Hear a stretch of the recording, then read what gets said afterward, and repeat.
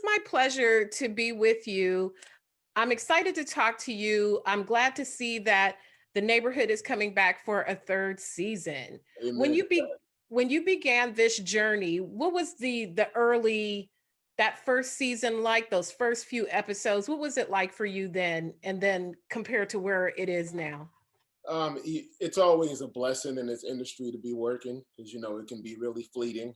Mhm. Um, but to me, it's all still surreal, man, because I come from such a blue collar background, and growing up watching Cedric the Entertainer, watching Tashina Arnold, having them. I remember the first read through, and it just hit me like these people are playing my parents. Like it's insane. I watch reruns of Martin every night. I watch Sed on everything he's on. You know what I mean? Like every night in the Kings of Comedy.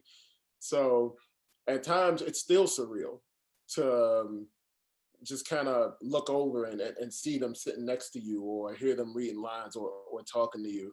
And with everything that's happening now in the world, it's just a blessing to be working, like an absolute blessing. I hear that. I hear that. How are you?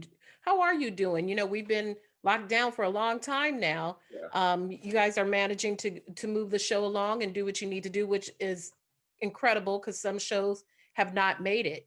But Yeah. what has this been like for you? What have you been doing during this lockdown time? Have you discovered any new hobbies, or are you baking everything like some people? It's funny. So right before COVID started, I was in the process of buying my first house. Hmm. And when it started, it stopped the process of construction. So I'm in my same apartment that I've been in for the last like year and a half. But all that to say, my plan was to get into my new house with an actual kitchen and be cooking up a storm because I do know how to cook. Ooh, My grandma taught me. She said, "Baby, don't ever wait for no woman to cook for you." I know So, that's right. I had to learn how to do it myself, and everybody in my family can cook. So when COVID hit and I was just up in my apartment, I tell people all the time, if you ain't learned something during this whole time, then you probably missed the whole point. And I learned I needed to slow myself down, lean more into my faith, and take control of the things that you truly can take control of. Like, me and my buddies write a lot. So I had to take control in time, of that time that I had to start to write and to start to slow my mind down, man. As esoteric as that may sound, that's important, right? You know what I mean? Like to Mhm. get in tune with yourself. And that's kind of what I did was read some things. Um, read this book called the Celestine or Celestine Prophecy.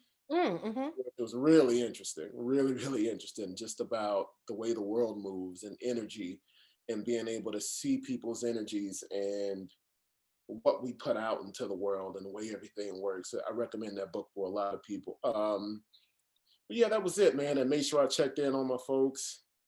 And, like I said, learning to control the things that you really can't control. Because I know some people that were isolated and, it didn't go too well because they got to know themselves. Right, You know what I mean? right. So I tried to take advantage of the time as much as I could just by leaning into faith and trying to read something. So, how about you? You know what? That's crazy. That book, that's a very old book. My parents, because I know I'm quite a bit older than you. My parents had that book on our coffee table when I Really? was a little girl. I've never read it. See, now I'm gonna see if I can find the old one and I'm Yeah. gonna read. That's crazy. Let me tell you, because I didn't know it was an older book because I got into audiobooks. Hmm. And so it came across my thing, because I like anything that's kind of like, mystery or philosophical or, anything that gets you thinking outside the norm. And as I read it, it's just something about that, what he's saying, when you just pay attention, when you walk outside, you're like, oh crap, like this is true. It's true when you encounter people of different energies, the way like you have a very warm, receptive energy. You know what I mean? Oh, And I've thank been you. on interviews where people aren't so warm. And immediately when that happens, then my energy is gonna react. But Hmm. when it's reciprocal this way, you're able to have an actual conversation and have dialogue. So yeah, I highly recommend. Read it. I Please read it. appreciate that. I bet I can find it at my mom's house. Like I will send you the You know, audio. it's probably in there with some National Geographics and some old, like a wall of them are in the garage or something. So I'm definitely, because I need something new to read. Check it out. As you forge this chapter in your career, how would you define this chapter of your career? Because this is a wonderful company to be a part of Yeah, with Said and with Tashina. They're like comedy royalty. How yeah. has this impacted you as a performer in this chapter, this current It, chapter? it's interesting because I never thought I would be on a sitcom like ever, and it's always interesting for actors when you come into the industry. If you're fortunate enough to be working a few years in, you start to look at how it's been shaped.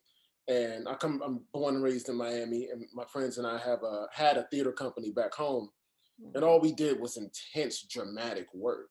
You know what I mean? Like just gritty, really dramatic work. And I felt much more at home with drama.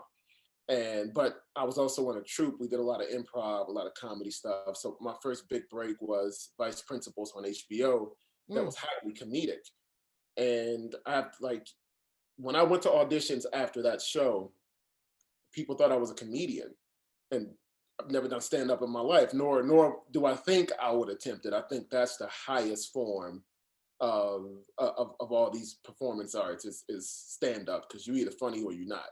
right. Like, and there's no safety net. You know what I mean? So to now be on a sitcom, sometimes you feel constricted, as an actor, if you consider yourself like a stage actor or whatever it is, but you find ways also to grow, to grow in that realm, to be able to say, I can do TV, I can do stage, I can do film. And I just feel like at this point in my career, I'm adding to my repertoire. And then if people have seen the dramatic things I've done, some people have. Like a Mm, lot of Black folk have seen Snowfall. I had a little arc on right. Snowfall. I live where you guys film Snowfall, like not Oh, far, okay. like a Yeah. little So south. so when people recognize that I was on Snowfall, they're just like, I can't believe you're the same person. And to me, that's like the highest compliment I can get, when somebody's just like, oh crap, like your range, The So range is critical. True story. You know, I just joked. I told you Shia, no relation to LaBeouf, no relation to Shia, but I yeah, am related to Sabrina LaBeouf, who used to be on the Cosby Show, and yeah, and her journey was the same like yours. She didn't see herself as a comedic actress. She yeah. was living in D.C. She graduated from Yale. She was strictly a Shakespearean actress, and Wow. she was doing Shakespearean theater when she landed that role. Is there maybe there's something to say about coming from that type of a background and moving into comedy, because maybe it's a different type of control or a Mhm. cadence thing? What do you think helped you most with that dramatic background to make you perform well in your current role? I think just to me, I tell everybody, if you want to be an actor, the stage to me is the best way to go.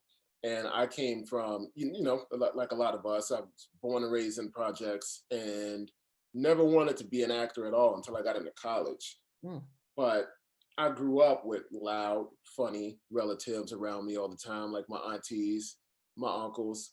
So I think for a lot of us, running around being silly is performative. We don't realize it, but that's what we're doing when we're young. So it mhm. was never a thing for me to quote unquote put on a show. And being a middle child, it's never a thing for me to receive attention. You know what I mean? So Right. because we Yeah. always feel like we don't have enough of it.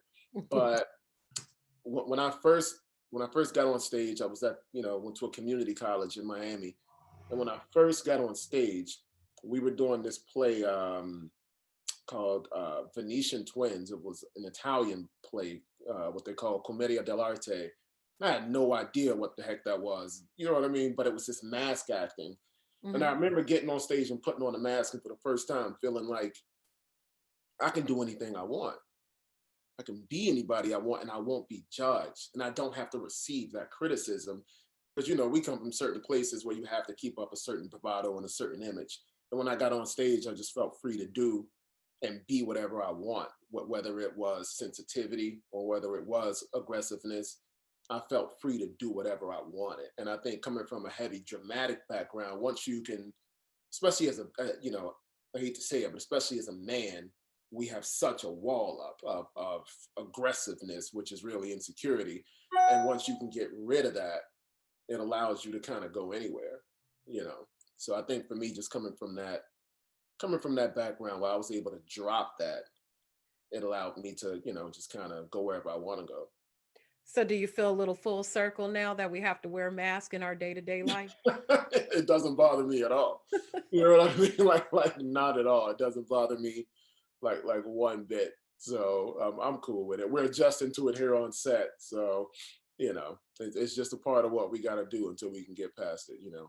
Heading into beginning at the acting career, what do you Yeah. tell that version of yourself now being on the other side, being part of a successful show? What advice would you give to that younger version of yourself? Not to worry so much. Don't worry so much. Be yourself, and that you are good enough. You belong. And you, man, you got to trust God. You got to trust his pride. He knows better than you do. So, and that's like, it's that simple for me. Don't worry so much. God's got it. It's so true what they say, about just trusting your faith. And you got to trust him to just, let him do his thing so he can get you where you need to be.